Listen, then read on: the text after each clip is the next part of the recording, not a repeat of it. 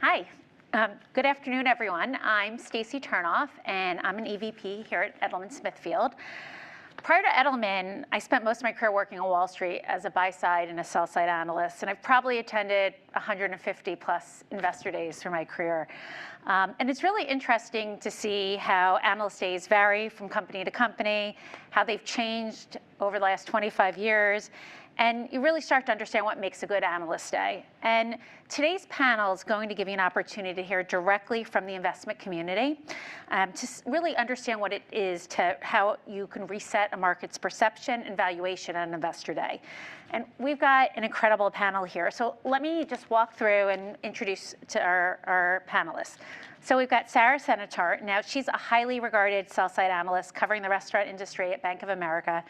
More than 20 years of experience, widely recognized with a leading voice in the sector.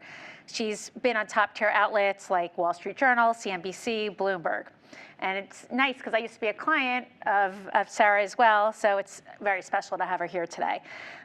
We've got Tyndale Brickey, who's a portfolio manager at Allspring Global Investments, 20 years of experience. I mean, talk about powerhouse panel on the buy side. Prior to Allspring, Tyndale held senior investment roles at Lord Abbett and Wells Fargo and really built a strong track record of portfolio management and research expertise. And last but not least, we've got Dan Flax. So a seasoned buy-side analyst with nearly 2 decades of experience covering the technology sector at Neuberger Berman.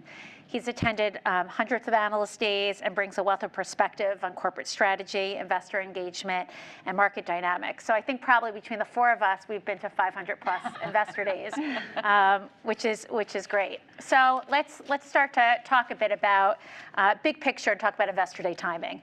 So I'd love to just hear perspectives from each of you on why a company should host an Investor Day. So why don't we start with Sara? Yeah, thank you. I mean, certainly when there's a new management team or there's a change in strategy or something really kind of monumental that's happening, I mean, I think that's an obvious answer. But I also think, my companies are complex, and there are a lot of things that are harder to understand just purely in how they make money. And so I think there's always some value in having, kind of use your metaphor, like a look under the hood, periodically. And there are plenty of metrics that don't get disclosed on a regular basis, but are really helpful for us to understand as we think about, the returns on the business, particularly, again, like I said, if there are multiple segments or, if there's a franchise business and you're trying to understand that. So, like I said, certainly when there are big momentous changes, but also just, to help us understand the business. Perfect. How about you, Tyndale? Yeah, so coming from the buy side of the equation, I kind of feel like Investor Days level the playing field. Not everybody has the ability to have access to a company that they're investing their money with. And so you're able to get in front of management teams and ask the questions in more depth and get to know them a bit better than you may have the ability to just by cold calling an IR or asking a sell side analyst or contact to facilitate an introduction. So I think it's really important for investors, and I also really value relationships with management teams. We're long-term investors, so getting to know them, and obviously their professional capacity, but the side conversations, the side chat, learning about their lives, kind of how they think about things as a person is also very beneficial to get in front of people. So yeah, I'd say leveling the playing field from an investor perspective and just getting to know management teams that you hope to have a long-term relationship with. Perfect. How about you, Dan? So maybe I'll answer it in terms of what I would look for from companies. So really, number one, where is the innovation and how does that translate into growth? And if you are generating growth, what are you doing with your capital? And you all are sitting in an impossible spot, right? Because no one's ever happy with you, except maybe Edelman. Why aren't people happy with you? Well, your management team wonders why you don't have a higher multiple. The sell side, maybe you're not giving them enough access in roadshows, so they're not getting paid. And as far as the buy side's concerned, you're not at a high enough multiple either. And oh, by the way, if you've missed your whisper numbers, your stock's down 20%, at least in tech, and you spend the next 90 to 180 days in the penalty box. So going back to what you need to do, where's the intellectual property? Where's the competitive advantage? How's that translating that into growth? what is it that you're doing with the capital? The long-term frameworks, all of the numbers, generally most people will look through them because you don't believe them and we don't believe them, right?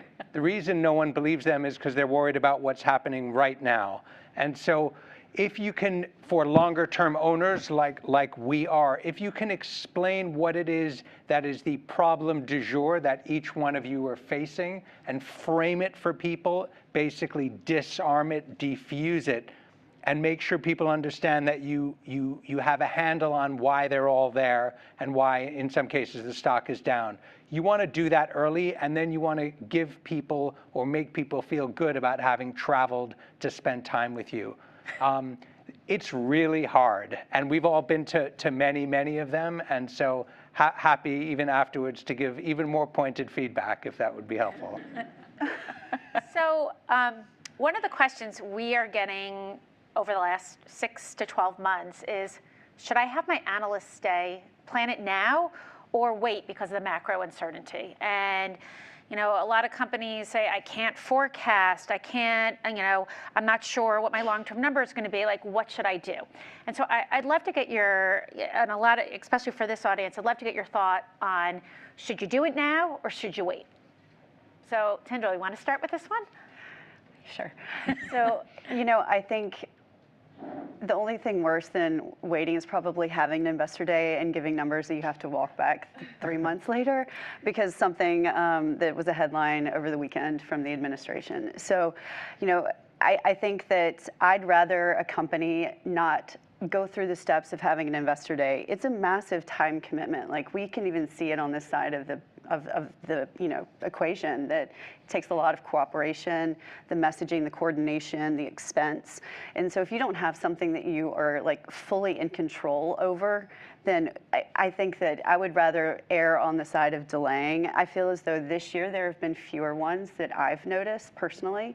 And just as an example, last year I went to a managed care organization's investor day, and it was probably the worst time that they could have possibly done an investor relations investor day. It was ahead of a change in administration.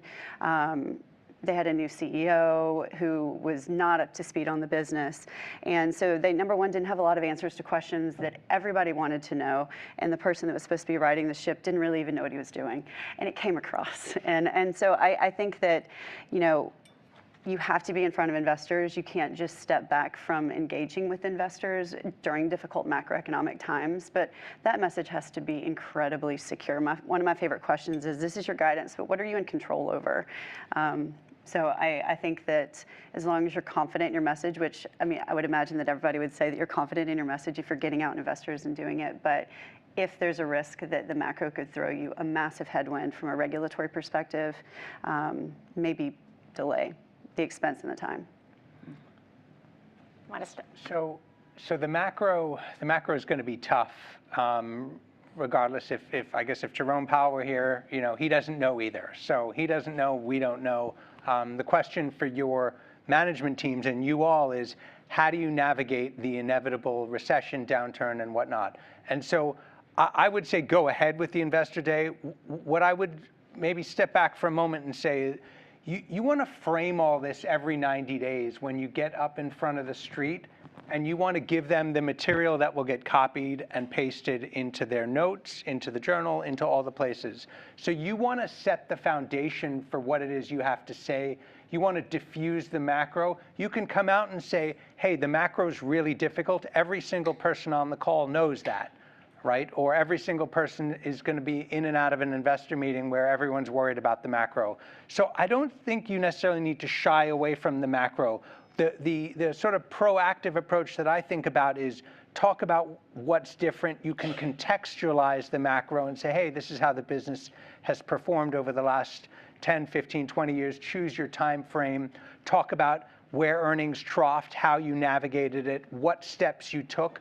The more concrete examples of things that you control, where you control it and where you show a willingness and a track record of taking action, then I think the investors that you want will be able to appreciate that. And that's something you all have to battle every single day, because you have inbound requests for meetings, and maybe you want 10 or 20 or 30% of those investors who you think may sit with your stock for a long time. You got to cater to everyone.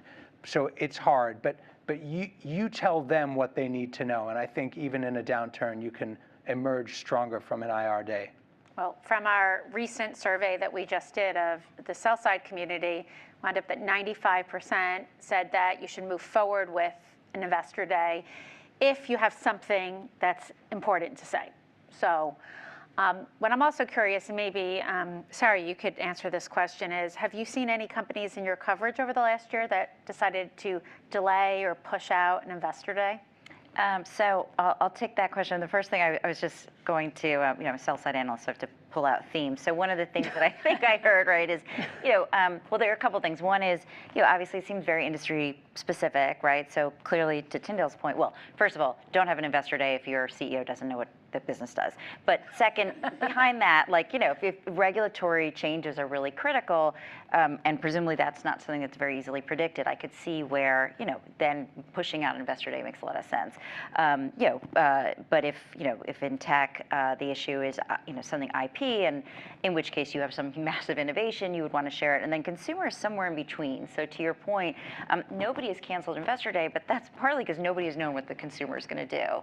I don't know, if we fall into a recession, if maybe that would change. Certainly COVID changed it. So, for obvious reasons, including not being able to travel, people didn't have investor days, but it was also because it was such an uncertain time, right? So it wasn't like there were no in-person investor days, but then there were shifts to virtual. It just, that was a time without these sort of big momentous investor days, because it was very hard to get your bearings. So I would say, I guess, to your actual question, when I look out now, we haven't seen anybody pull back on an investor day. I will say since COVID, they have been less frequent. So even now, 5 years later, companies that used to do one every year, every other year, have not returned to that regular kind of regularly scheduled programming. Okay, so leads me to my next perfect tie into my next question. You're welcome. So sort of a rapid fire. How often should a company host an investor day? Is it every year? Is it every 2 years or 3 years or 5? What do you think the best is? So you want to just go down the row. 2, and that may just be because that's what historically has been the most prevalent cadence, but that feels right to me. Probably every year is too much. I think as needed. It's, if you behold yourself to a cadence, if you break it, it's going to be a news. True. So and personally, as a generalist, I can't attend every investor day. And so, I think that you do it as needed. If you have something that you need to communicate, you need to tell. You have a new management team, to Sara's point. But I think when you claim to do it on this percentage, or this every other year, or every 3 years, and you don't do it, then you have to explain why, which you're on the back foot immediately.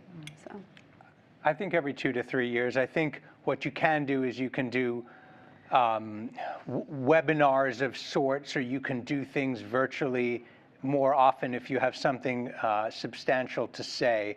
I do think, and again, this is a technology comment, but if you have customer events where the street is going to be there and maybe some buy-siders, it doesn't hurt to do an hour and a half or 2 with the management team, because that's something that people will obviously invest time to go to, and you can give them a little bit of access to management.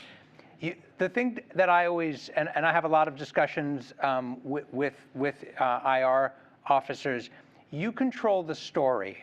And that's something I think the IR and the management teams of many companies that I respect, they don't always appreciate. So you own it. And if you want to own it, then you drive it. If you don't, the Wall Street machinery will drive it for you. And that will show up in your multiple, and then your management team will ask you about doing an investor day, or even worse, why did no one care?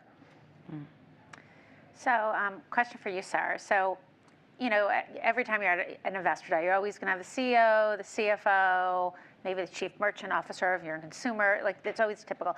But are there any unique speakers, like when you go back through your history, you're like, that would be a great addition, because I think a lot of times people say, we want to bring new sort of a fresh perspective to the room. So I'd love to hear if there's anything from your past. I think it makes sense if if your strategy, or if there's a change in strategy that really hinges on one particular component. So, if this is an operational turnaround, then having a COO or chief restaurant officer makes a whole lot of sense. I've seen chief marketing officers that have done an amazing job, and we never get to talk to them. But when they talk about how they approach marketing, it's how data driven it is, how they think about their customers, it's really helpful, because ultimately you always say, like, when I went to business school, we had to run our models, and they always just gave you the revenue line. Well, that's actually really important and very hard to predict. And so, the people who drive that revenue, again, oftentimes will be the merchant, oftentimes will be marketing, but sometimes if the real initiative is throughput, it's the head of ops. What about panels? Have you guys seen any companies that executed a panel well at an investor day? And do you think that that's an interesting strategy to use? Because I think a lot of IROs come to us and ask us, like, would this be a differentiated way to present our story? But of internal people, you're saying? Okay. Exactly. Management teams. No, Go for it. Dana, I've been talking first the first No. time. So I think panels can be effective, but it has to start with the credibility of the panelists. So all the panelists, by definition, will be positive on the company, and otherwise they wouldn't be there, right? They couldn't be there because CEO wouldn't be happy. He or she would not be happy to see a panelist say something negative. And of course, the buy side and the sell side, we've seen many, and so we see right through it, and we go back to our email. Or we leave the IR day early. What you need to do is you need to get across what an executive is doing, either as a customer or inside the company, and say something. It could even be words like, we changed because we learned that something wasn't working, or we made an acquisition and it didn't work, and so we did this, or we did it internally, didn't work, so we went and made an acquisition. So most people, most investors that you want, they know that businesses don't perform the way Excel says they should. And so what we're trying to figure out, I know what I'm trying to work out is, what is changing? Can that customer panel, can that panel of executives shine some light on something that's changing in the organization beyond the financials, because it will show up in the financials, it will show up in the innovation pipeline, which translates into revenue. So all of these things, I think you're raising a very good point in terms of, can you do customer panels or other panels? If done right, in fact, that's all I will remember, because the CFO comments at the end, no one believes them. They're either too conservative or not sure where they got the numbers from. So it's the other things that people might remember. So, that's really helpful. So as a sell-side analyst, you have to go to every investor day. So this is going to be a question for the buy side, because you know that you have to go, your associate has to go. And so you write your report. Right. But making sure that you have your the buy side to come is important, and it's so much easier to do it virtually these days. So from what elements that would drive you to come? Is there anything from, whether it's a store tour, distribution visit, experiential elements? I'd love to hear if you have any examples or anything that really got you excited to go to the company. So not just an investor day, but taking it to that next level. I've been to a couple of retailer investor days, and kind of going back to the panel comment, people that are actually doing the work of a store transformation or a rejuvenation of the fleet. You want to make sure that the capital is being spent well, and the people that are doing it are passionate about it. And so I've been to a couple where we have operators, the people that are actively in the stores managing the team, and you can see their passion. And if you can't see that, that's also a sign. So that, combined with going out and actually touching the product, seeing the people, looking at the employees around the store. For me, I feel that's very important. I used to cover international staples, and every year I'd go to the UK and just walk around grocery stores. And it sounds really silly, but it's really important, because they're talking about things, you want to make sure they're actually doing it. So I think that that in of experience, it's very kind of discreet in certain ways for certain products. That is important to me. You get to marry the people that are actually doing the boots on the ground work and the passion that they have for it, the knowledge that they have for it, with what you see in practice. And of course, you know, you're going to see your best stores are the ones that have been like cleaned up for the investor tour. So you have to like take it with a grain of salt. But I think that that's really important. Oh, retail's a lot of fun. Retail's a lot of fun.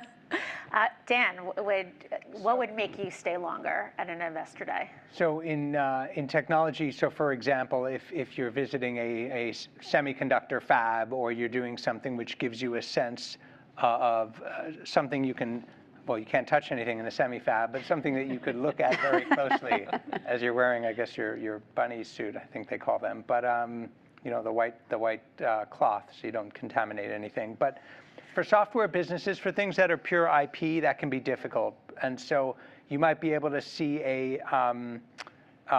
something on a screen, and I've been to plenty of things where you have very capable, skilled customer-facing representatives whom you can engage with on a particular product, and those can be helpful.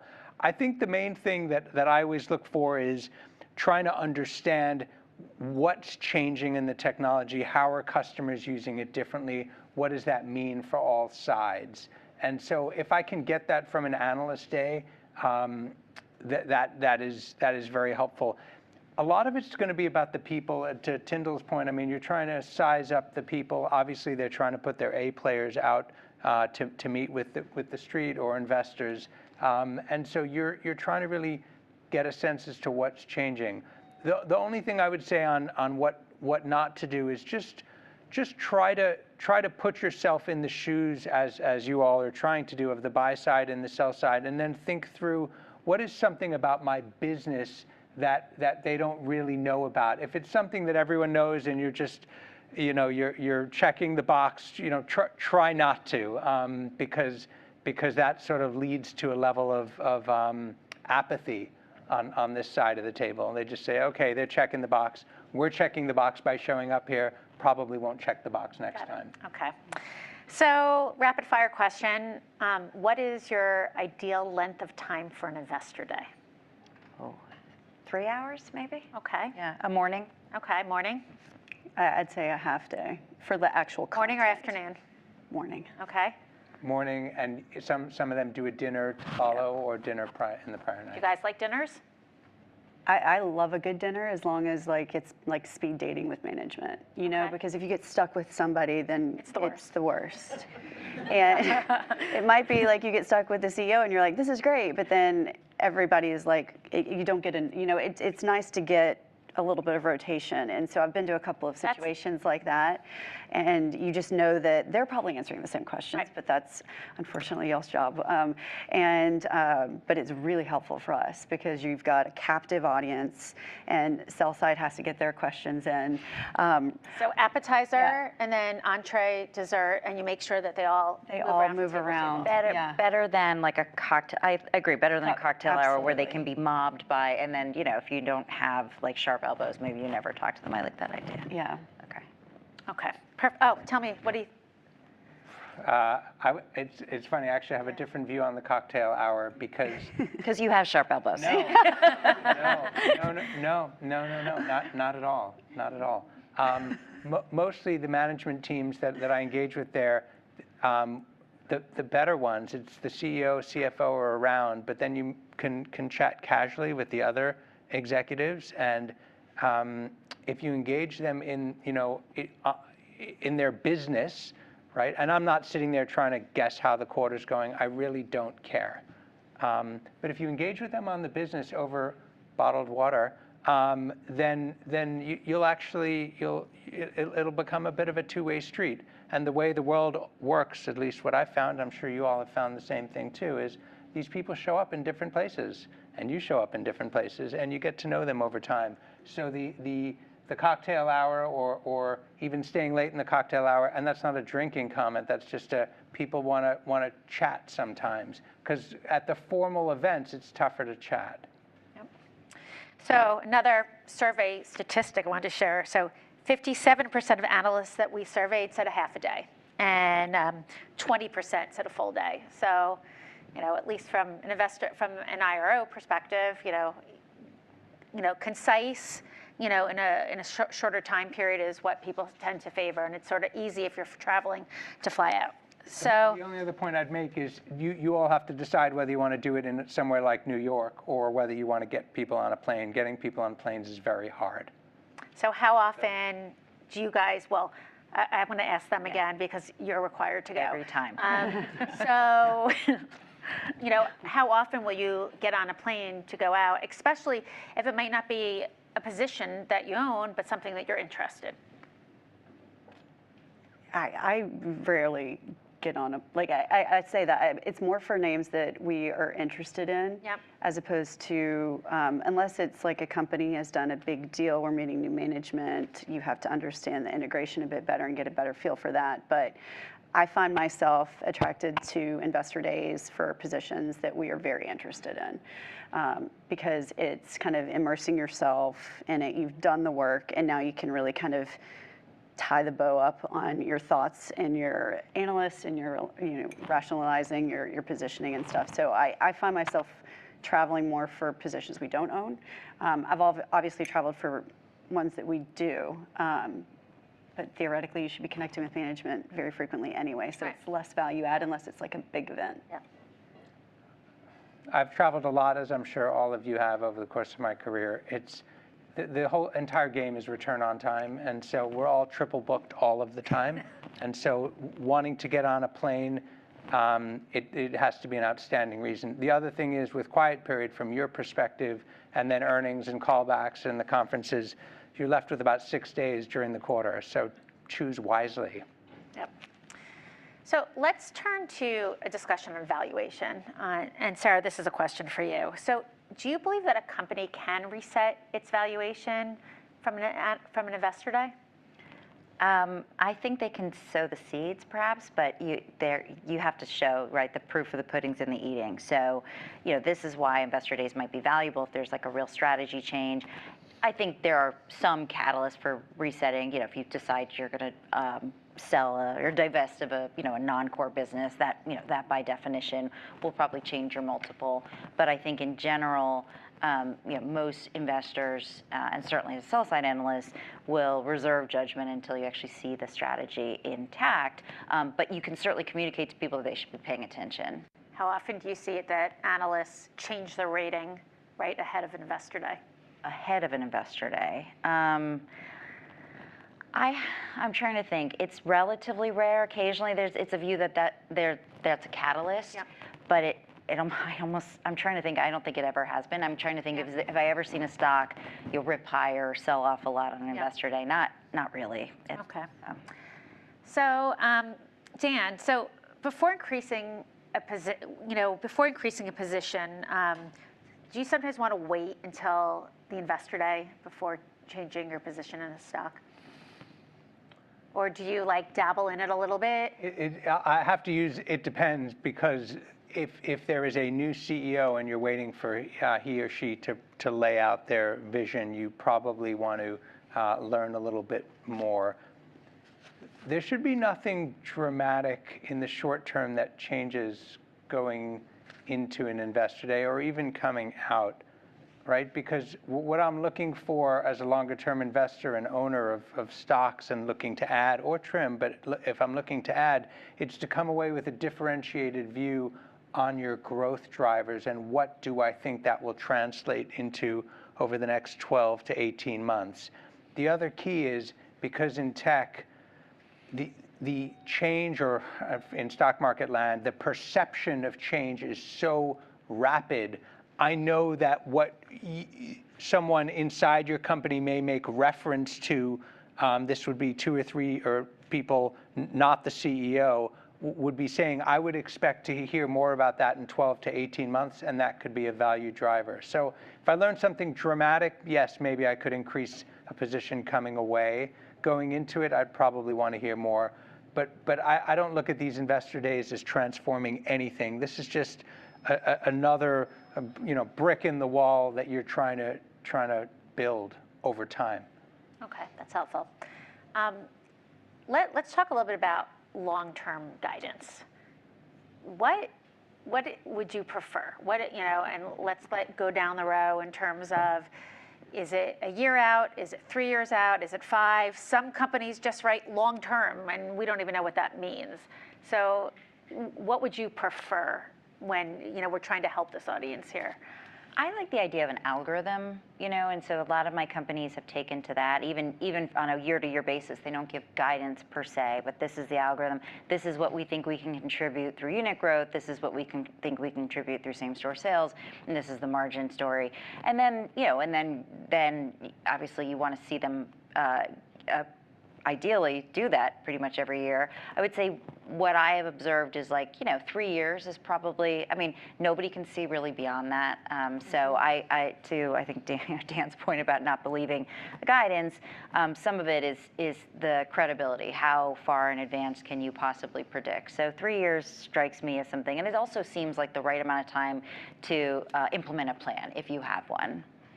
How about you, Tyndale? I would agree with a lot of what Sara said, and just with, as you know, the second a number is out of your mouth, you're going to be beholden to it, and you give the street an inch, they'll ask for a mile, and keep pressing on that.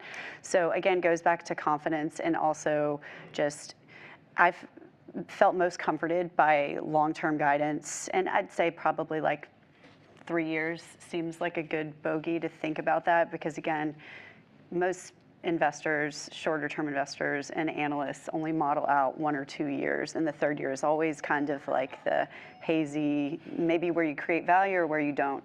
And so I've found the most comfort from companies that really talk about their long-term guidance, but talk to the reality of that long-term guidance, market share, competitors, potential risks too. I had an auto component company that had a page in their deck about, this is our bear case, this is what they say about us, and this is why we disagree with it, and this is why I think they're wrong. And it's just putting it up in your face. And so it's we understand it, we talk to it. So Again, I think it's all about confidence, and whatever you say, we will hold you to, and that just something that you need to be aware of. Okay. So I have one more question before I open it up to the audience to see if anyone has questions. And this was also brought up in our last panel. Would you combine earnings with an investor day? Which would you prefer? No. So maybe just quick. No. No. No. Good. Okay, because it's a question that a lot of people have, and timing of it, and You could do it a day or two or a week later. That's fine, but don't just use your chips wisely. I still have a ton more questions, but I'd like to open it up to the audience to see if there are questions for you guys.